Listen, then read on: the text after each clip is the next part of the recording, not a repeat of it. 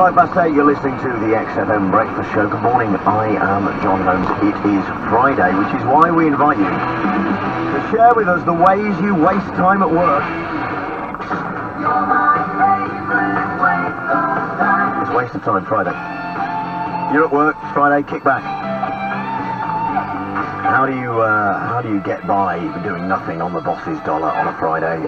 Or indeed, as Rob would suggest, does this every day of the week. Hi John, I'm Rob. I work in South London for a well-known high street bank. Blackhouse.